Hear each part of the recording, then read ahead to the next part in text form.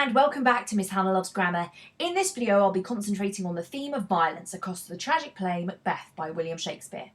So violence is obviously destruction intended to hurt, damage or kill something or someone. And it's at the heart of all the action across this tragedy, and it escalates as the play unfolds. Macbeth is initially highly regarded as a warrior. We're told by the captain, retelling to King Duncan in Act 1 Scene 2, that Macbeth has killed a man by opening him up from the belly button to the chin. And in essence, by getting a sense of his gory side, we're able to understand that violence has propelled Macbeth's career and support of the king. Yet, he doesn't take the simple promotion he's given from Thane of Glamis to Thane of Cawdor. Instead, he steals the throne through violence, killing King Duncan. And in turn, this leads to others claiming the throne with violence. The rightful heir, Malcolm, and Macduff, whose family are killed at the hands of Macbeth, both fathers and sons who've lost their loved ones respectively. We also encounter the violence of Lady Macbeth, who initially stirs up the idea of killing King Duncan and is seen to fuel that idea with Macbeth, but ultimately commits suicide. She's intensely vulnerable, and her psychological state is so much altered than what we encounter earlier, where she calls upon evil spirits to encourage her to do quite demonic things. Even animals commit acts of violence across this play, whilst the natural order has been disturbed with Macbeth on the throne.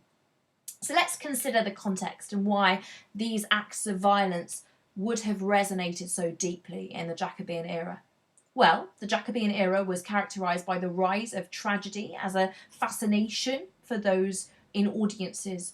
In particular, London audiences loved and delighted in plays that had more violent spectacles. For example, other tragedies like King Lear, a personal favourite of mine, include the gouging out of an old man's eyes. So violent acts in a way serve to shock and unlock the darker aspects of the human condition and human nature.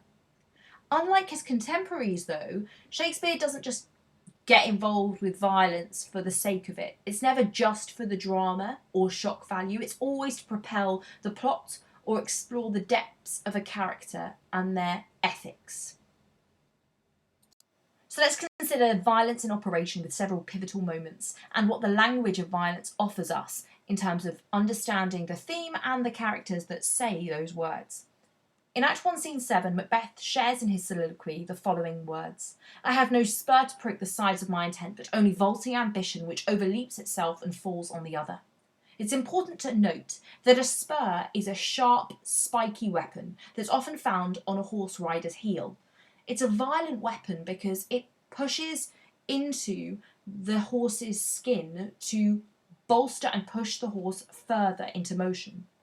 But it's interesting, Macbeth says, "I have no spur to prick the sides of my intent," essentially saying he lacks any genuine motive, except of course self-gain, which is the issue he's struggling with. But he gives the metaphor across these lines of a horse rider who's got vaulting ambition, and he's giving that parallel about himself. And it reflects his vast desires to reach the top, and also a willingness to understand that there will be repercussions.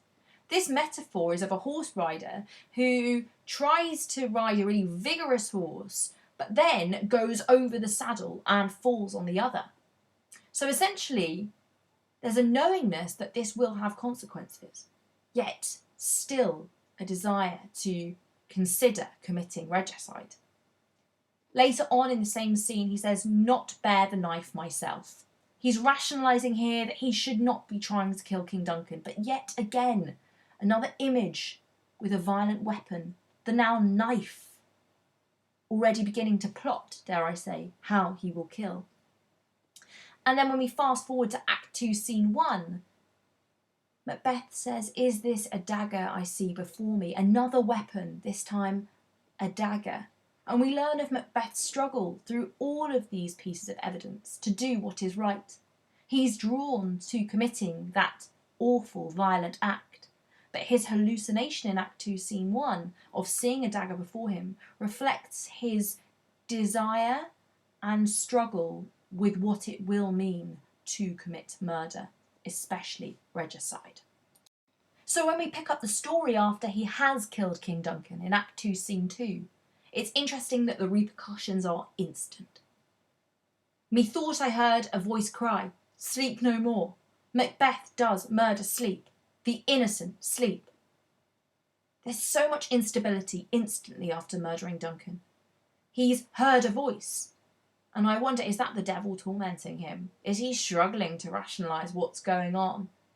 But sleep, as a motif across this play, represents an individual with a guilt-free conscience.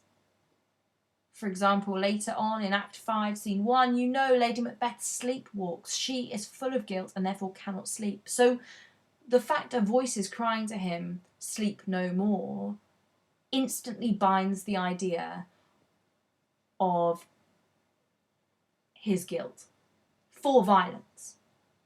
But in particular, Macbeth does murder sleep. In terms of violence, peace is gone now, disorder reigns. And the violent image links to his villainous act. Perhaps the juxtaposition of murder and then innocent, each added to sleep, is helping Macbeth process and realise the repercussions of killing. Another image and motif that comes up again and again that Shakespeare is clear to mark is the inability of Macbeth to say amen. It's as if upon using violence in this way against the king, Macbeth understands that the inevitable judgment comes from God for regicide. And so whilst this is not representing violence as an action, this piece of evidence establishes violence as a repercussion and its impact. As we fast forward to Act 3, Scene 4, this is a pivotal moment. He publicly humiliates himself, for he sees Banquo's ghost sat at his throne, whilst everyone else sees that he is very much out of control. And when speaking to Lady Macbeth afterwards, he says, "I am in blood stepped so far that should I wade no more, returning were as tedious as go over." The connotations of blood as a byproduct of violence and admission of guilty conscience are fervent across so much of what he shares across this act and as the play continues. In particular, the river metaphor. This is Macbeth saying, "I'm standing in a river of blood and I'm wading through it. And actually I've got a decision to make about whether I continue wading or just keep on killing, keep adding to that river of blood." The verb wade accentuates the depths of his violent actions. His dark ambitions have led him to this river of blood, maybe the river of the blood of his victims. But it's also that turning point, as I've just acknowledged, in his desire to find salvation for his crimes. He's given up on that. For him, it would be tedious to return back from that place. He should just keep on going now. But equally, he's knowing, in the same scene, he says blood will have blood. Macbeth knows that revenge will happen, but his defence is to visit the witches again, to encounter the supernatural, for them to give him some insight about what will happen next. And I think as a scene goes, it's important to consider that violence breaks down his marriage. This is the beginnings of the breakdown in communication between Macbeth and Lady Macbeth. And she is realising that she can't control him. She's incredibly embarrassed about how he behaves in front of others. But if we were to fast forward again, the true repercussions of this particular encounter don't go away. The image of blood again in Act 4, Scene 1, when he visits the witches, is this. He says, "Blood-bolted Banquo smiles upon me."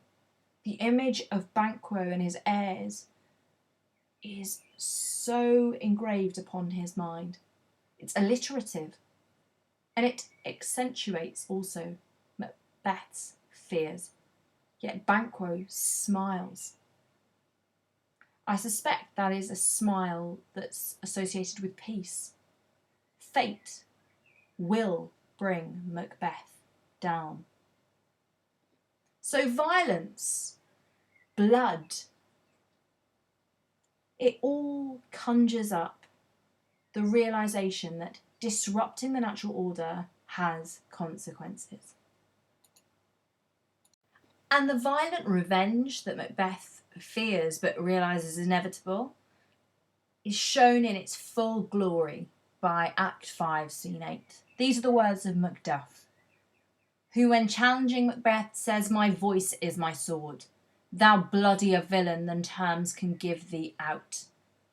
The possessive pronouns, repeated, stress Macduff's righteousness and belief that this act of violence acts as a form of divine retribution. And it echoes what Malcolm, the rightful heir to King Duncan's throne, says to Macduff in Act 4, Scene 3. He says, "Dispute it like a man." Malcolm is encouraging Macduff to do the violent act of killing Macbeth. And the simile, like a man, merges together the idea that violence is what men do to assert their power.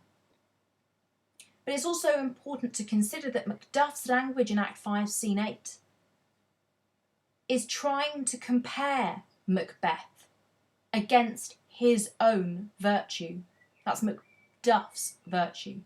He acknowledges that he is committing a bloody act.